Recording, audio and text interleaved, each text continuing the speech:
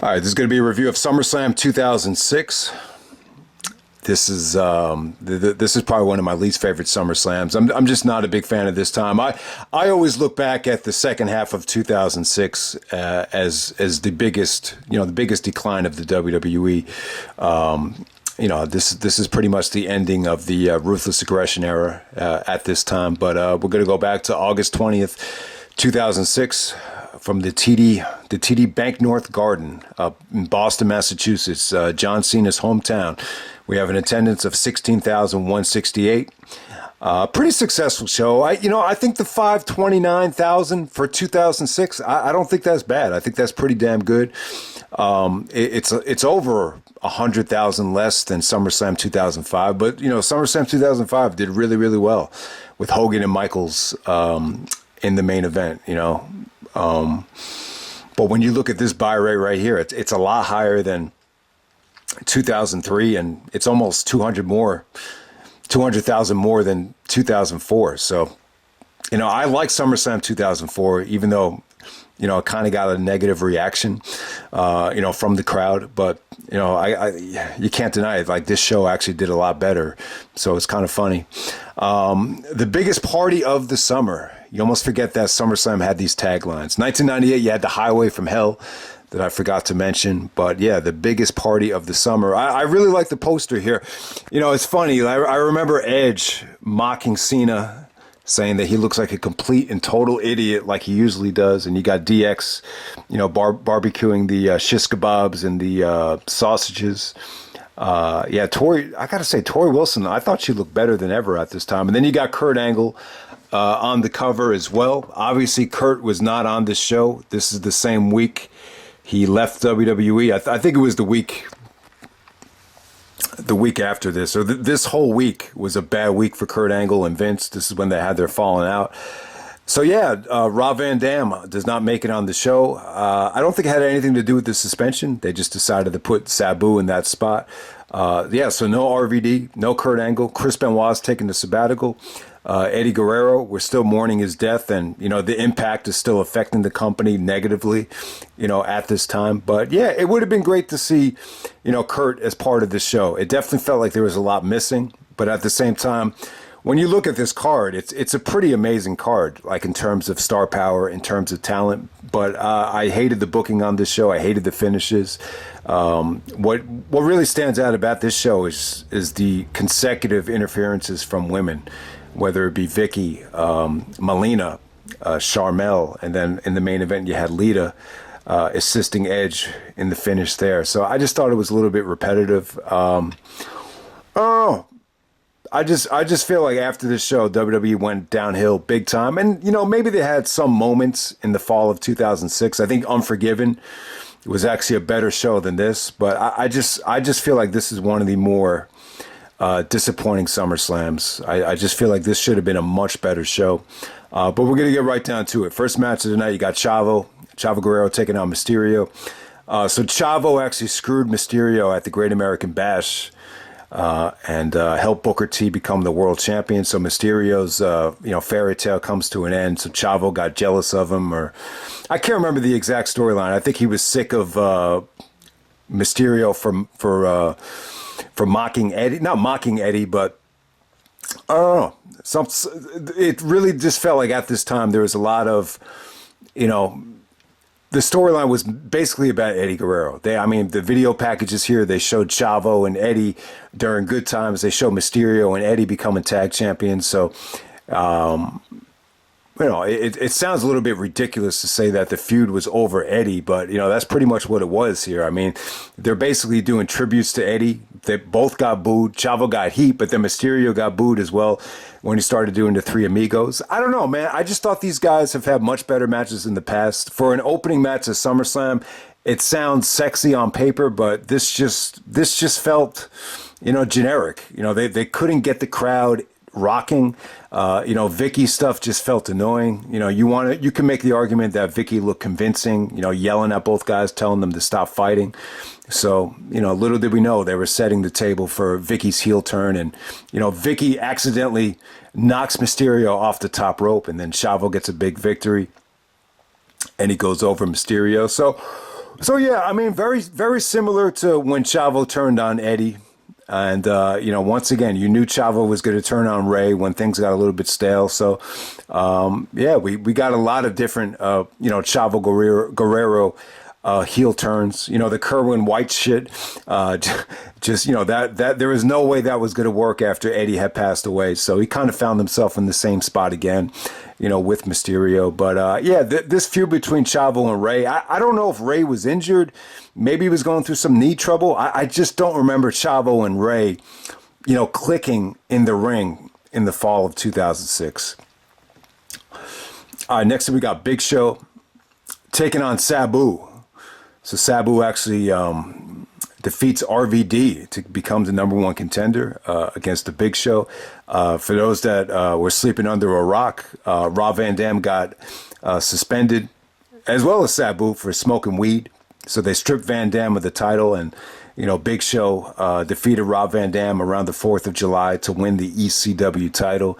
So we got Big Show and Sabu. And, I thought this was fine. I mean, people are going to bitch about this just because Big Show is in it.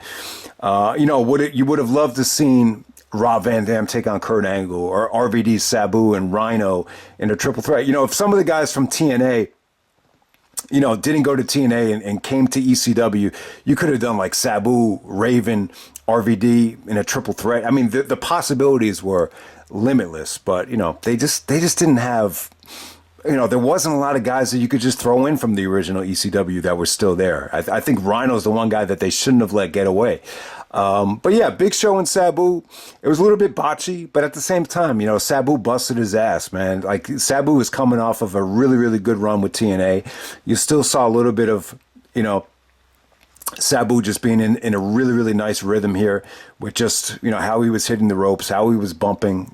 Big Show goes over with, the choke slam through the table. There was some botches that were edited here, so you saw a lot of the fans, chant, "You fucked up." But for the most part, I thought it was entertaining. It wasn't great, but Big Show and Sabu, they're still legends in the business. I'm not going to say that this was, a total, flop. I mean, it was okay, and I think Joey Styles lost his SummerSlam virginity on this show. Next up, we have Hulk Hogan taking on Randy Orton. Yeah, Hogan's last match in the WWE, believe it or not, by taking on Randy Orton here. Couple things that stand out about it. Nowhere near as successful as the Shawn Michaels match from SummerSlam 2005. But when I look at the buy rate, though, I think it definitely did help it. They kind of, tied the Hogan Knows Best storyline stuff into this match with Randy, going after Brooke. And I like that. I think that's the highlight of this whole feud. If anyone remembers the Hall of Fame in Chicago, someone, I think Hogan mentioned Brooke, and then someone in the crowd was like, "Yeah." And then Hogan just yells at the guys like, hey, watch it, brother. Like, that was like one of my favorite Hogan moments, at least like in recent memory. I just thought it felt legit, like it felt genuine. It was actually funny. So I kind of liked the fact that they used Brooke in the storyline here with Orton, trying to manipulate her, and then attacks Hogan from behind her back and gives him the RKO on the limousine. I thought this had some pretty good buildup, and Randy looked focused here, at this particular time. Like, Randy was having a tough time, staying out of trouble. Like, Edge and Cena had to kind of mentor him from, wrecking hotel rooms and all the other crap that Orton was doing. But he looked focused here. He looked like he seized the moment. It felt like it was a huge match. He grew up. What was he, like 5 years old for the WrestleMania 1 main event? I think he was backstage with Hogan at that time. So to be a little kid and, seeing Hogan as this guy that ruled the world, and you finally get to work with him, it's a pretty cool story, like from Randy Orton's point of view. All right, so if anyone did not live through this summer, maybe this would have gotten the main event. Maybe it would have gotten the promotion that, Hogan and Michaels did. It was like Icon versus Legend. Maybe it would have been Legend Killer versus Legend. They tried to tie that in here, but it just, third match on the show, by the time this happened, it was just like, let's just get it over with. So if anyone forgets, Hogan actually tore his meniscus just from getting off of his couch. I mean, I know it sounds retarded. It sounds funny. But that's the reality. When you get older, you start cramping up at night, and if you don't stretch properly, like these are the things that could potentially happen, especially when you had the career that Hogan's had with all the traveling and all the mileage. So I don't think it's necessarily something you have to be embarrassed about. But the bottom line is Hogan wasn't healthy, and there was rumors that they were going to cancel the match. And, to Hogan's credit, he fought for them not to cancel. He said, the right thing is just to get into the ring and deliver. But they go about 10 minutes. I didn't think the match was bad. Like I said, I thought Randy looked engaged. I thought Randy, did a great job of carrying Hogan throughout the limitations. The only thing I don't like about it, though, it just, once again with Hogan, it just kind of reeked of politics. Like Orton, gets the RKO, but Hogan gets the foot on the rope. Then they have to restart the match. And then Hogan gets his generic, leg drop finish. It would have been cool to see Orton, get a big victory over Hogan, but it just wasn't to be. If this was going to be Hogan's last match, I mean, what a way to give back to the business than put over, at the time, the younger Randy Orton. But, the matches ended up being forgettable. This is one of the first times where I just remember people walking out of the pay-per-view party. And that's just never a good feeling. And that's something as a wrestling fan, you just have to accept. If you have friends that love wrestling, you can't control whether they're going to turn on a product or not, or just leave the product. And, and to be honest, this was not a good show. I did not like this show. I could totally understand it if, it killed your passion for the WWE at the time. And this was the start of the, looking for other cravings, looking for TNA, looking for Ring of Honor. It was shows like this that I think made people, want to, search. And, YouTube started, I think, that fall in 2006. And this is where it really all started with, the WWE's going downhill. Check out TNA. And, there's no show that's more indicative of wanting to look for the alternative than SummerSlam 2006, in my opinion. All right, next up we have Ric Flair and Mick Foley, the I Quit match. Man, I'll tell you, man, I thought Flair was great here. If you like violence, you like hardcore stuff. So this ended up being more of a Foley match than a Flair match, but Flair took the brunt of the beating. He was bleeding like crazy. He took some nasty bumps here into tables, into, barbed wired boards. It was pretty ugly, man. It was pretty nasty looking. I just thought, looking back on this should have had a video package because the feud was great. I just remember some of the promos leading up to this thing were great, and it was real too, because if anyone read Foley's book, you'll know that when Flair was booking WCW, he hated Foley. He didn't think he belonged in the business. He said, if it was up to Flair, I will be cleaning pools for a living. And then Flair actually said, you should be cleaning pools now. You're a glorified stuntman. There was so much great stuff between them. Foley was a huge fan of Flair in the ring, but he just didn't get along with the real guy. So they brought that animosity to the table. I just remember Flair really kind of stealing the show here with some of the promos. My favorite, and not everyone's going to resonate with this one, but I guess at the time, A-Rod was starting to get booed and he was starting to struggle. Maybe he stopped using the steroids in 2006, but I remember Flair telling Foley, he's like, you're lazier than A-Rod. So I remember that. So yeah, you had a lot of great promos, but I thought the match was going fine. It was a little bit bloody, a little bit violent. I got to criticize both guys though. Both guys are fucking legends. When you're at the stature that Flair and Foley are, you should have a little bit more creative control over the match. And why does this have to be an I Quit match? See, I Quit matches, you really always run into struggle with ego and booking of the finish. And a lot of times I Quit matches, you just never get that finish that's satisfying. So at the time, Foley was having like a friendship with Melina. I don't know. Foley, he's always had like these, relationships with women where obviously they find him very comfortable to talk to because they know that he's not going to try to ask them for sex. Like Stacy Keibler, for example. If you go watch Armageddon 2003, that's an example of that. But I guess Stacy's gone at this time with Dancing with the Stars. So Foley's like flirting with Melina, and Melina said she didn't want to be associated with a loser. So she's got to make sure that Foley wins. But somehow, some way, she interferes in this match, and Flair looks like he's about to attack Melina. and then Foley screams, "I quit." I just thought the ending of this fucking match was just horrible.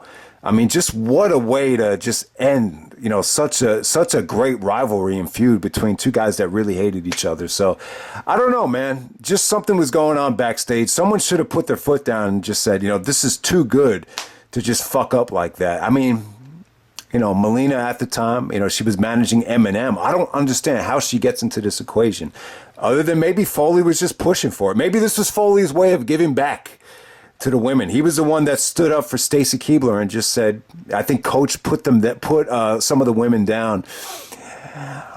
And Foley was the one that said, they don't really make that much money. You shouldn't talk shit about them. So I don't know. I just feel like both guys had the power to create a classic here. This just ended up being a mess. I hate to say it, guys. I mean, it felt more like a Foley match, and it had the violence. And give Flair credit. I thought Flair had the eye of the tiger here. But hey, man, that ending fucking sucked. There's no way around it. All right, next up we have Batista taking on King Booker. All right, so Booker T is the champion. He won at the Great American Bash.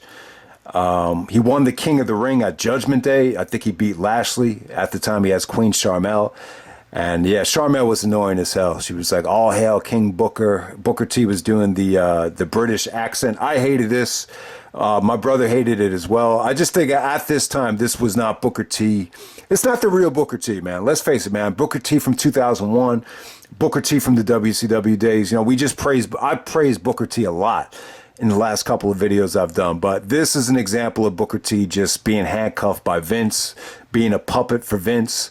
I just think he could offer so much more than playing this goofy, King gimmick. I just wasn't feeling it, man. So, and you could have gotten a lot more out of this feud. Apparently, these guys had gotten into a fight.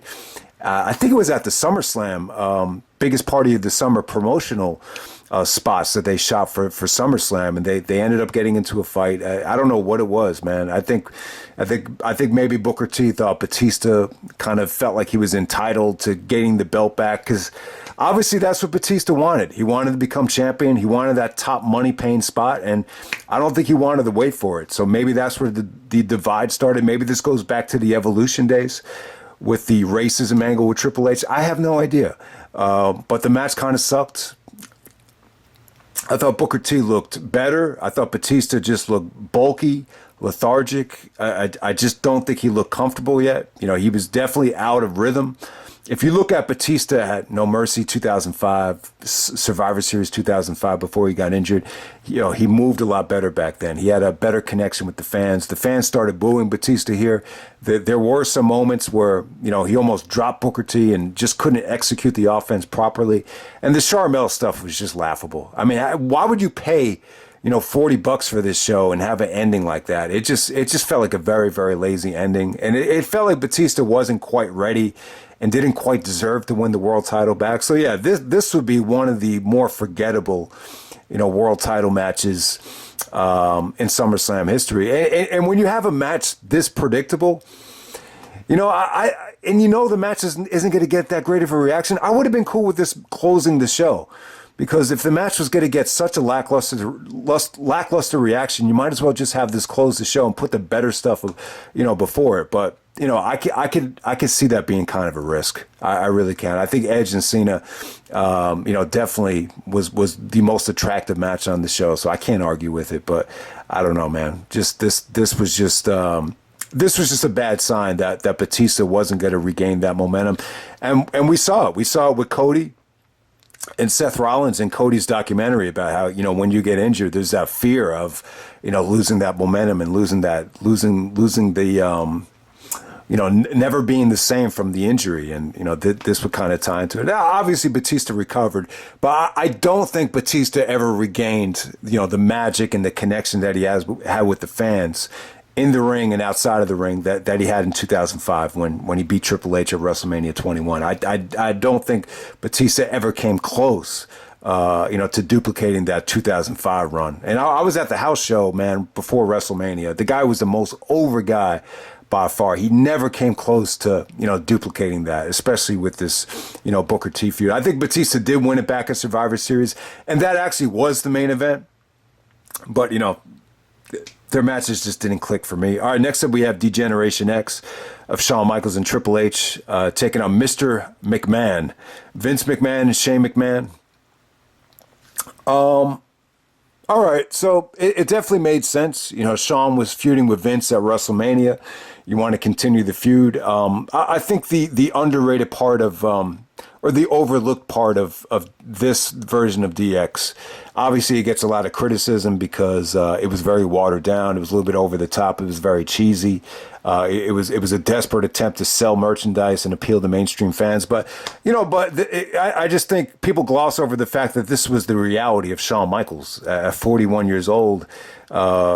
You know, before he came back, this is what he envisioned, you know, tagging with Triple H, tagging with Kevin Nash, you know, not overexerting his body and, you know, preserving himself so he could, you know, still wrestle without, you know, all that pain. So I think that's what people kind of forget about here. But, you know, Vince and Shane, yeah, everybody, it's pretty well documented, man. Like this DX stuff in 2006, like besides, you know, it had a couple of moments, you know, with Triple H and Shawn, you know, reuniting. That moment when you had the double slap fives in the ring, I thought that was really, really cool.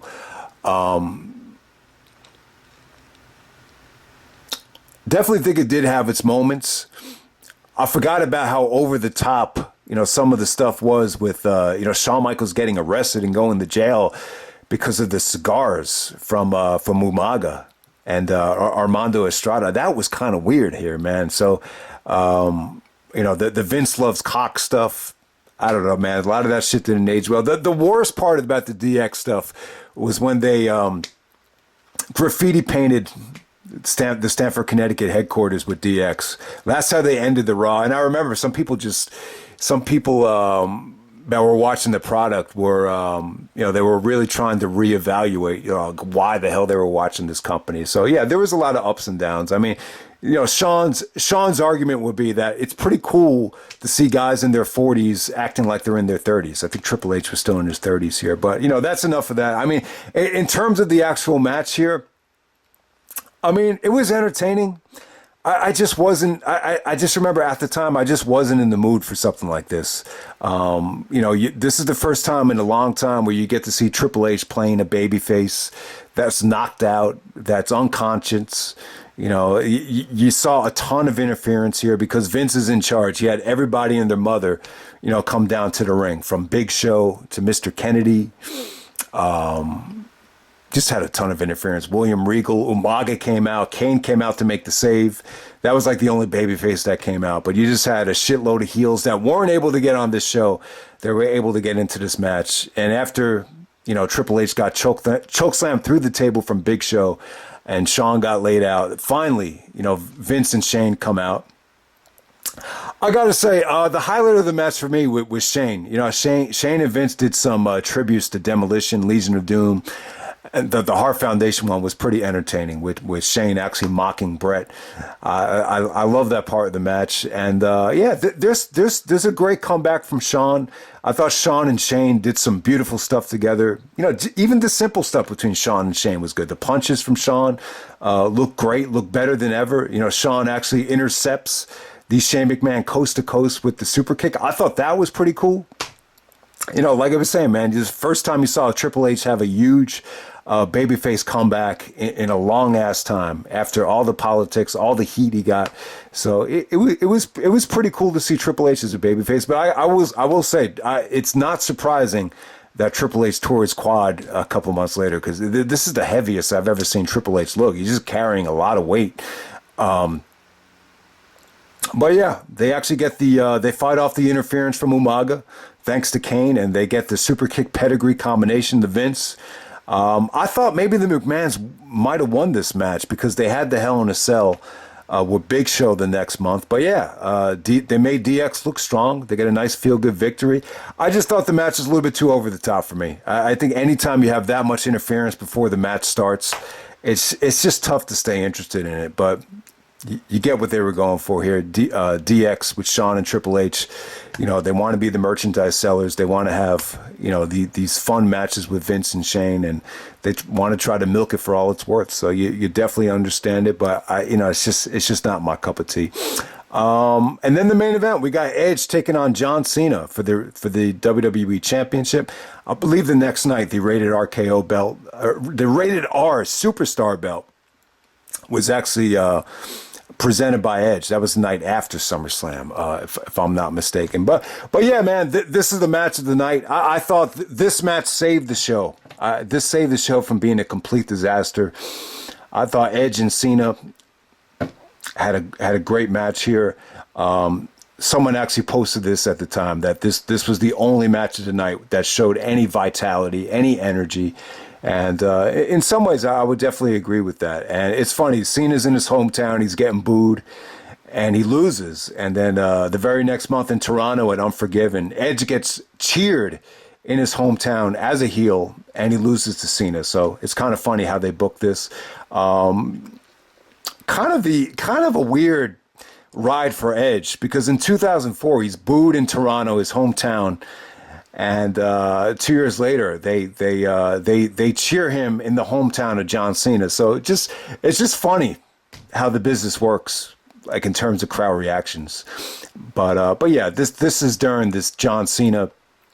This is during the storm of Cena negativity. You could even see it in Cena's eyes here, how affected he was by just this whole push.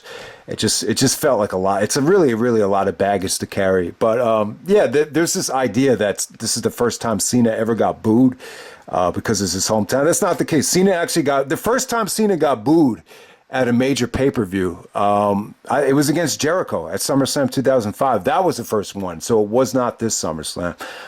But yeah, the match was great. I thought Edge... So if Edge got disqualified, he was going to have to lose the title. So I thought Edge did a good job of kind of balancing being the cocky, arrogant heel prick with also being paranoid about being disqualified. There was times during the match where he was yelling at Lita not to interfere. There was even some really, really good hesitation with the referee, not hitting the referee. So I thought that was good stuff. But yeah, I mean, even though the fans weren't into Cena, anytime Cena got any sort of offense, it generated a reaction, which was severely lacking, I think, throughout the undercard of this show. Even Triple H, like before the match, he even had to get on the mic and said, "I thought this was Boston. Now, are you ready?" So, you definitely had a lackluster crowd here, but anything Cena did, it generated a mixed reaction, and it was great. The match had great energy. I thought Edge and Cena had great chemistry. You could see why Edge calls Cena his old shoe. I just thought some of these spots are just, really, really well executed. Edge used a lot of big boots here to kind of cut Cena's offense, so that was pretty cool. The highlight of the match, though, would be the Cena going for the FU off the top turnbuckle. Edge actually counters it into an electric chair, and then Cena rolls him up out of that. That was beautifully executed. And then the stuff that they did with Lita, Lita, she ends up assisting Edge with the brass knucks. Referee doesn't see it. There's a spot where Cena actually FUs Lita off of Edge's back. That looked pretty cool. It looked like it was going to be a double FU, but Edge is able to smash the brass knuckles in Cena's neck, behind his back, his neck area, while the referee is catering to Lita. So it's a really, really good victory for Edge. The crowd popped huge when Edge won. And, there were some Cena fans that seemed a little bit deflated, but yeah, man, good main event. I would definitely say this is the best Edge and Cena match that did not involve a gimmick.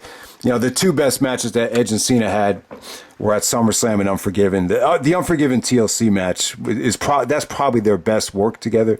But in terms of just straight up one-on-one without any shenanigans, this would definitely be it. And I thought they had great chemistry here. So it really saved the show from being, I would say, this probably is one of the worst SummerSlams of all time. But I think this main event definitely saves it from being, in the top 5 worst. I would definitely say that. So you had a loaded show. You only had 7 matches. there really wasn't one match that got a lot of time. I mean, the thing that got more time than anything on the show was Edge and Cena, when they only go a little bit under 16 minutes. So it's funny, 7 matches, but there wasn't that one match that got, over 20, but everything got at least over 8. So it's kind of a weird show. But yeah, the kind of dark days ahead for WWE.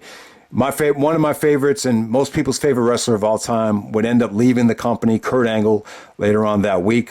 Chris Benoit's out with the sabbatical. Rob Van Dam is still suffering from the suspension. So I don't know, man. I just don't think the WWE ever recovered, from this time. I think this is a very, very dark show. But hey, man, like I was saying, that's part of being a wrestling fan. Like a lot of times, there's a lot of wrestling fans that are very, very hot and cold. But, part of the art of being, a fan or being a part of the business or whatever you want to call yourself. And just for life in general, like I think sometimes it does show maturity to stick by somebody, through the ups and through the downs. So, to totally start bashing WWE and saying that the company sucks and there's no coming back from it after a show like this, it's a little bit premature. So, but yeah, I mean, WWE, they've had their ups and downs since this show, but this show was just a sign that, things were definitely changing, and the magic is kind of running out a little bit. But if there's one bright spot on the show, it's Edge and John Cena ended up being one of the best feuds of all time. And I'll end it right there. And got to big up John Cena's dad, man. Some of the stuff that Edge did with Cena's dad, I thought that shit was awesome. When he smacked around his dad in his house, I thought that was probably the highlight of the video package there. So the match did a really, really good job of, setting up the TLC match in Toronto. I think that's the silver lining from this show. But the undercard, yeah, it's pretty crappy to me. But I'll end it right there. That's SummerSlam 2006, and I'm out.